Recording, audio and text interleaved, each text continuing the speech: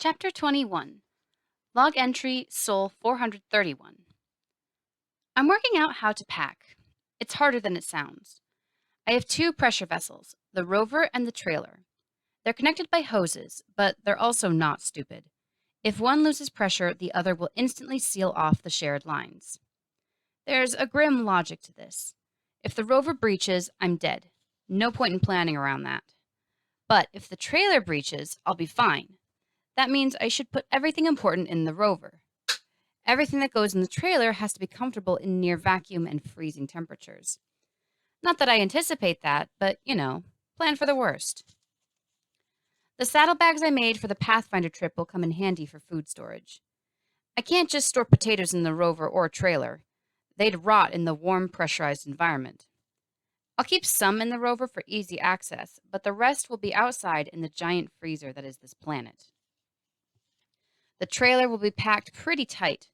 It'll have two bulky HAB batteries, the atmospheric regulator, the oxygenator, and my homemade heat reservoir. It would be more convenient to have the reservoir in the rover, but it has to be near the regulator's return air feed. The rover will be pretty packed too. When I'm driving, I'll keep the bedroom folded up near the airlock, ready for emergency egress. Also, I'll have the two functional EVA suits in there with me, and anything that might be needed for emergency repairs. Toolkits, spare parts, my nearly depleted supply of sealant, the other rover's main computer, just in case, and all 620 glorious liters of water. And a plastic box to serve as a toilet. One with a good lid. "How's Watney doing?" Venkat asked. Mindy looked up from her computer with a start. "Dr. Kapoor?" "I heard you caught a pic of him during an EVA." Yeah," Mindy said, typing on her keyboard. "I noticed things would always change around 9 a.m. local time. People usually keep the same patterns, so I figured he likes to start work around then. I did some minor realignment to get 17 pics between 9 and 9:10. He showed up in one of them." "Good thinking. Can I see the pic?" "Sure." She brought up the image on her screen. Venkat peered at the blurry image. "Is this as good as it gets?" "Well, it's a photo taken from orbit," Mindy said. "The NSA enhanced the image with the best software they have." "Wait, what?" Venkat stammered. "The NSA?" "Yeah, they called and offered to help out. Same software they use for enhancing spy satellite imagery." Venkat shrugged. "It's amazing how much red tape gets cut when everybody's rooting for one man to survive." He pointed to the screen. "What's Watney doing here?" "I think he's loading something into the rover." "When was the last time he worked on the trailer?" Venkat asked. "Not for a while. Why doesn't he write us notes more often?" Venkat shrugged. "He's busy. He works most of the daylight hours, and arranging rocks to spell a message takes time and energy." "So," Mindy said, "why'd you come here in person? We could have done all this over email." "Actually, I came to talk to you," he said. "There's going to be a change in your responsibilities. From now on, instead of managing the satellites around Mars, your sole responsibility is watching Mark Watney." "What?" Mindy said. "What about course corrections and alignment?" "We'll assign that to other people," Venkat said. "From now on, your only focus is examining imagery of Ares 3. "That's a demotion," Mindy said. "I'm an orbital engineer, and you're turning me into a glorified peeping Tom." "It's your turn," Venkat said, "and we'll make it up to you. The thing is, you've been doing it for months, and you're an expert at identifying elements of Ares 3 from satellite pics. We don't have anyone else who can do that." "Why is this suddenly so important?" "He's running out of time," Venkat said. "We don't know how far along he is on the rover modifications, but we do know he's only got 16 souls to get them done. We need to know exactly what he's doing. I've got media outlets and senators asking for his status all the time. The president even called me a couple of times." "But seeing his status doesn't help," Mindy said. "It's not like we can do anything about it if he falls behind. This is a pointless task." "How long have you worked for the government?" Venkat sighed. Log entry Sol 434. The time has come to test this baby out. This presents a problem. Unlike on my Pathfinder trip, I have to take vital life support elements out of the HAB if I'm going to do a real dry run. When you take the atmospheric regulator and oxygenator out of the HAB, you're left with a tent. A big, round tent that can't support life. It's not as risky as it seems. As always, the dangerous part about life support is managing carbon dioxide. When the air gets to 1% CO2, you start getting symptoms of poisoning. So I need to keep the HAB's mix below that. The HAB's internal volume is about 120,000 liters. Breathing normally, it would take me over 2 days to bring the CO2 level up to 1%. And I wouldn't even put a dent in the O2 level. So it's safe to move the regulator and oxygenator over for a while. Both are way too big to fit through the trailer airlock. Lucky for me, they came to Mars with some assembly required. They were too big to send whole, so they're easy to dismantle. Over several trips, I moved all their chunks into the trailer.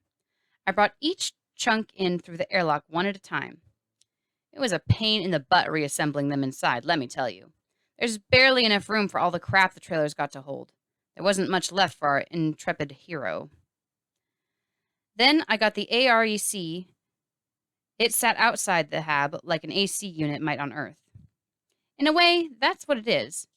I hauled it over to the trailer and lashed it to the shelf I'd made for it. Then I hooked it up to the feed lines and led through the balloon to the inside of the trailer's pressure vessel. The regulator needs to send air to the AREC. Then the return air needs to bubble through the heat reservoir. The regulator also needs a pressure tank to contain the CO2 it pulls from the air. When gutting the trailer to make room, I left one tank in place for this. It's supposed to hold oxygen, but a tank's a tank. Thankfully, all the air lines and valves are standard across the mission. That's no mistake. It was a deliberate decision to make field repairs easier. Once I had the AREC in place, I hooked the oxygenator and regulator to the trailer's power and watched them power up. I ran both through full diagnostics to confirm they were working correctly. Then I shut down the oxygenator. Remember, I'll only use it 1 sol out of every 5. I moved to the rover, which meant I had to do an annoying 10-meter EVA. From there, I monitored the life support situation. It's worth noting that I can't monitor the actual support equipment from the rover. It's all in the trailer. But the rover can tell me all about the air. Oxygen, CO2, temperature, humidity, etc. Everything seemed okay. After getting back into the EVA suit, I released a canister of CO2 into the rover's air. I watched the rover computer have a fit when it saw the CO2 spike to lethal levels. Then, over time, the levels dropped to normal. The regulator was doing its job. Good boy. I left the equipment running when I returned to the HAB. It'll be on its own all night, and I'll check it in the morning. It's not a true test because I'm not there to breathe up the oxygen and make CO2, but one step at a time. Log entry Sol 435. Last night was weird. I knew logically that nothing bad would happen in just one night, but it was a little unnerving to know I had no life support other than heaters. My life depended on some math I'd done earlier. If I dropped a sign or added 2 numbers wrong, I might never wake up. But I did wake up, and the main computer showed the slight rise of CO2 I had predicted. Looks like I'll live another Sol. Live Another Sol would be an awesome name for a James Bond movie. I checked up on the rover. Everything was fine. If I don't drive it, a single charge of the batteries could keep the regulator going for over a month, with the heater off. It's a pretty good safety margin to have. If all hell breaks loose on my trip, I'll have time to fix things. I'll be limited by oxygen consumption rather than CO2 removal, and I have plenty of oxygen. I decided it was a good time to test the bedroom. I got in the rover and attached the bedroom to the outer airlock door from the inside. Like I mentioned before, this is the only way to do it. Then I turned it loose on an unsuspecting Mars. As intended, the pressure from the rover blasted the canvas outward and inflated it. After that chaos, the sudden pressure popped the bedroom like a balloon. It quickly deflated, leaving both itself and the rover devoid of air. I was wearing my EVA suit at the time. I'm not an idiot, so I get to Live Another Soul, starring Mark Watney as probably Q. I'm no James Bond. I dragged the popped bedroom into the hab and gave it a good going over. It failed at the seam where the wall met the ceiling. Makes sense. It's a right angle in a pressure vessel. Physics hates that sort of thing. First, I patched it up. Then, I cut strips of spare canvas to place over the seam. Now it has double thickness and double ceiling resin all around. Maybe that'll be enough. At this point, I'm kind of guessing. My amazing botany skills aren't much use for this. I'll test it again tomorrow. Log entry Sol 436. I'm out of caffeine pills. No more Martian coffee for me. So it took a little longer for me to wake up this morning, and I quickly developed a splitting headache. One nice thing about living in a multi-billion-dollar mansion on Mars, access to pure oxygen. For some reason, a high concentration of O2 will kill most headaches. Don't know why, don't care. The important thing is, I don't have to suffer. I tested out the bedroom again. I suited up in the rover and re-leased the bedroom, same as last time. But this time it held. That's great, but having seen the fragile nature of my handiwork, I wanted a good, long test of the pressure seal. After a few minutes standing around in my EVA suit, I decided to make better use of my time. I may not be able to leave the rover/bedroom universe while the bedroom is attached to the airlock, but I can stay in the rover and close the door. Once I did that, I took off the uncomfortable EVA suit. The bedroom was on the other side of the airlock door, still fully pressurized. So I'm still running my test, but I don't have to wear the EVA suit. I arbitrarily picked 8 hours for the test duration, so I was trapped in the rover until then. I spent my time planning the trip. There wasn't much to add to what I already knew. I'll beeline out of Acidelia Planitia to Marth Vallis, then follow the valley until it ends. It'll take me on a zigzag route, which will dump me into Arabia Terra. After that, things get rough. Unlike Acidelia Planitia, Arabia Terra is riddled with craters, and each crater represents 2 brutal elevation changes. First down, then up. I did my best to find the shortest path around them. I'm sure I'll have to adjust the course while I'm actually driving it. No plan survives first contact with the enemy. Mitch took his seat in the conference room. The usual gang was present. Teddy, Venkat, Mitch, and Annie. But this time, there was also Mindy Park, as well as a man Mitch had never seen before. "What's up, Venk?" Mitch asked. "Why the sudden meeting?" "We've got some developments," Venkat said. "Mindy, why don't you bring them up to date?" Yeah, Mindy said. Looks like Watney finished the balloon addition to the trailer. It mostly uses the design we sent him.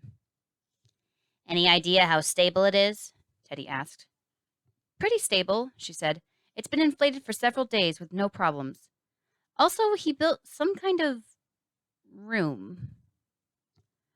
Room? Teddy asked. It's made of hab canvas, I think, Mindy explained. It attaches to the rover's airlock. I think he cut a section out of the hab to make it. I don't know what it's for. Teddy turned to Venkat. Why would he do that? "We think it's a workshop," Venkat said. "There'll be a lot of work to do on the MAV once he gets to Shaperelli. It'll be easier without an EVA suit. He probably plans to do as much as he can in that room." Clever, Teddy said. "Watney's a clever guy," Mitch said. "How about getting life support in there?" I think he's done it, Mindy said. He moved the AREC. "Sorry," Annie interrupted. "What's an AREC?" It's the external component of the atmospheric regulator, Mindy said. It sits outside the hab, so I saw when it disappeared. He probably mounted it on the rover. There's no other reason to move it, so I'm guessing he got life support online. "Awesome," Mitch said. "Things are coming together." "Don't celebrate yet, Mitch," Venkat said. He gestured to the newcomer. "This is Randall Carter, one of our Martian meteorologists. Randall, tell them what you told me." Randall nodded. "Thank you, Dr. Kapoor. He turned his laptop around to show a map of Mars. Over the past few weeks, a dust storm has been developing in Arabia Terra. Not a big deal in terms of magnitude. It won't hinder his driving at all. So what's the problem? Annie asked. It's a low-velocity dust storm, Randall explained. Slow winds, but fast enough to pick up very small particles on the surface and whip them into thick clouds. There are 5 or 6 of them every year. The thing is, they last for months. They cover huge sections of the planet, and they make the atmosphere thick with dust. I still don't see the problem, Annie said. Light, Randall said. The total sunlight reaching the surface is very low in the area of the storm. Right now, it's 20% of normal, and Watney's rover is powered by solar panels. Mitch rubbed his eyes. And we can't warn him. So he gets less power, Annie said. Can he just recharge longer? The current plan already has him recharging all day long, Venkat explained. With 20% of normal daylight, it'll take 5 times as long to get the same energy. It'll turn his 45-soul trip into 225 souls. He'll miss the Hermes flyby. Can't Hermes wait for him? Annie asked. It's a flyby, Venkat said. Hermes isn't going into Martian orbit. If they did, they wouldn't be able to get back. They need their velocity for the return trajectory. After a few moments of silence, Teddy said, We'll just have to hope he finds a way through. We can track his progress and— No, we can't, Mindy interrupted. We can't? Teddy said. She shook her head. The satellites won't be able to see through the dust. Once he enters the affected area, we won't see anything until he comes out the other side. Well, Teddy said. Crap. Log entry Sol 439. Before I risk my life with this contraption, I need to test it. And not the little tests I've been doing so far. Sure, I've tested power generation, life support, the trailer bubble, and the bedroom. But I need to test all aspects of it working together. I'm going to load it up for the long trip and drive in circles. I won't ever be more than 500 meters from the hab, so I'll be fine if something breaks. I dedicated today to loading up the rover and trailer for the test. I want the weight to match what it'll be on the real trip. Plus, if cargo is going to shift around or break things, I want to know about it now. I made one concession to common sense. I left most of my water supply in the hab. I loaded 20 liters, enough for the test, but no more. There are a lot of ways I could lose pressure in this mechanical abomination I've created, and I don't want all my water to boil off if that happens. On the real trip, I'm going to have 620 liters of water. I made up the weight difference by loading 600 kilograms of rocks in with my other supplies. Back on Earth, universities and governments are willing to pay millions to get their hands on Mars rocks. I'm using them as ballast. I'm doing one more little test tonight. I made sure the batteries were good and full, then disconnected the rover and trailer from hab power. I'll be sleeping in the hab, but I left the rover's supply port on. It'll maintain the air overnight and tomorrow. I'll see how much power it ate up. I've watched the power consumption while it's attached to the hab, and there weren't any surprises. But this'll be the true proof. I call it the plugs out test. Maybe that's not the best name. The crew of Hermes gathered in the wreck. Let's get through this status quickly, Lewis said. We're all behind in our science assignments. Vogel, you first. I repaired the bad cable on Vasma 4, Vogel reported. It was our last thick gauge cable. If another such problem occurs, we'll have to braid lower gauge lines to carry the current. Also, the power output from the reactor is declining. Johansson, Lewis said. What's the deal with the reactor? I had to dial it back, Johansson said. It's the cooling vanes. They aren't radiating heat as well as they used to. They're tarnishing. How can that happen? Lewis asked. They're outside the craft. There's nothing for them to react with. I think they're picking up dust or small air leaks from Hermes itself. One way or another, they're definitely tarnishing. The tarnish is clogging the micro lattice. and that reduces the surface area. Less surface area means less heat dissipation, so I limited the reactor enough that we weren't getting positive heat. Any chance of repairing the coolant vanes? It's on the microscopic scale, Johansson said. We'd need a lab. Usually they replace the vanes after each mission. Well, we'll be able to maintain engine power for the rest of the mission. Yes, if the rate of the tarnishing doesn't increase. All right, keep an eye on it. Beck, how's life support? Limping, Beck said. We've been in space way longer than it was designed to handle. There are a bunch of filters that would normally be replaced each mission. I found a way to clean them with a chemical bath I made in the lab, but it eats away at the fibers themselves. We're okay right now, but who knows what'll break next. We knew this would happen, Lewis said. The design of Hermes assumed it would get an overhaul after each mission, but we've extended Ares 3 from 396 days to 898. Things are going to break. We've got all of NASA's help when that happens. We just need to stay on top of maintenance. Martinez, what's the deal with your bunk room? Martinez furrowed his brow. It's still trying to cook me. The climate control just isn't keeping up. I think it's the tubing in the walls that bring the coolant. I can't get at it because it's built into the hull. We can use the room for storage of non-temperature sensitive cargo, but that's about it. So did you move into Mark's room? It's right next to mine, he said. It has the same problem. Where have you been sleeping? In airlock 2. It's the only place I can be without people tripping over me. No good, Lewis said, shaking her head. If one seal breaks, you die. I can't think of anywhere else to sleep, he said. The ship is pretty cramped, and if I sleep in a hallway, I'll be in people's way. Okay, from now on, sleep in Beck's room. Beck can sleep with Johansson.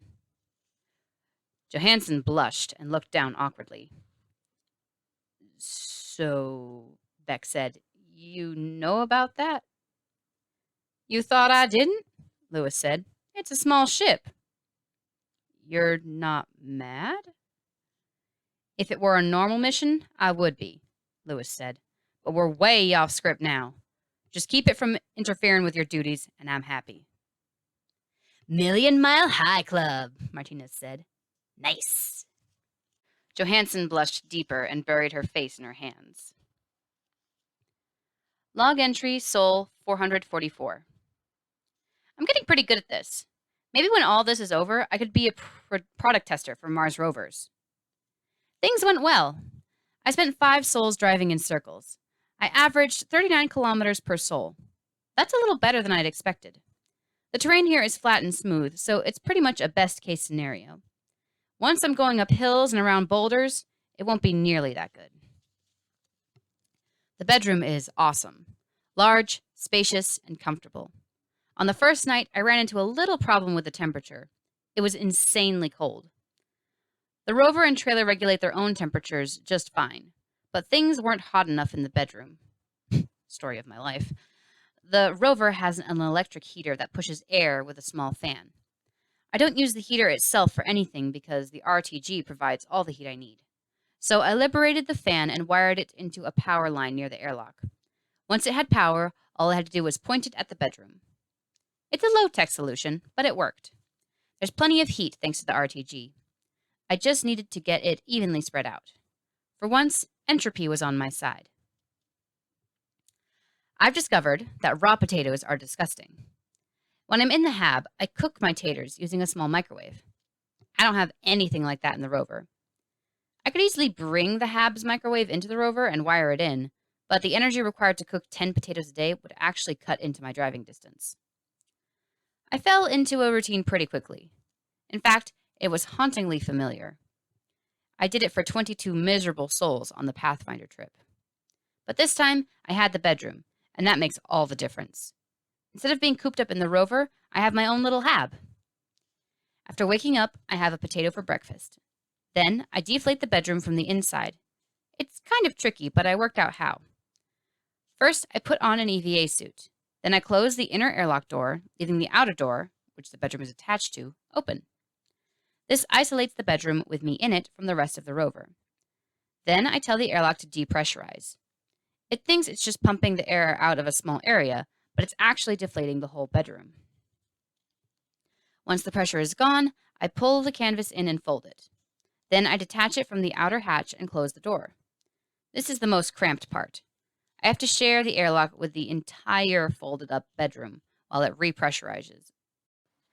Once I have pressure again, I open the inner door and more or less fall into the rover. Then I stow the bedroom and go back to the airlock for a normal egress to Mars. It's a complicated process, but it detaches the bedroom without having to depressurize the rover cabin. Remember, the rover has all my stuff that doesn't play well with vacuum. The next step is to gather up the solar cells I laid out the day before and stow them on the rover and trailer. Then I do a quick check on the trailer. I go in through its airlock and basically take a quick look at all the equipment. I don't even take off my EVA suit. I just want to make sure nothing's obviously wrong. Then back to the rover. Once inside, I take off the EVA suit and start driving.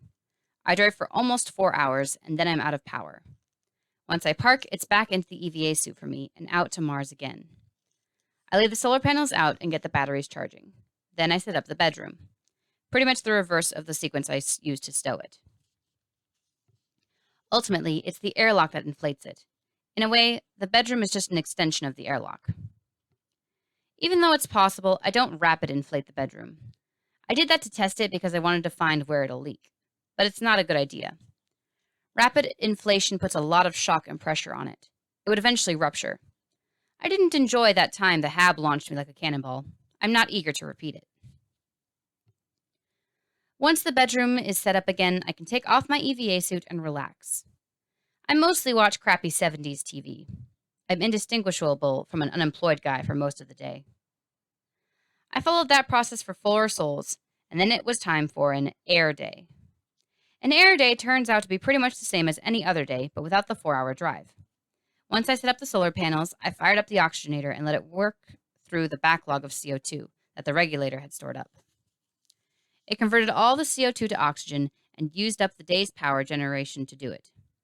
The test was a success. I'll be ready on time. Log entry Sol 449. Today's the big day. I'm leaving for Schiaparelli. The rover and trailer are all packed. They've been mostly packed since the test run.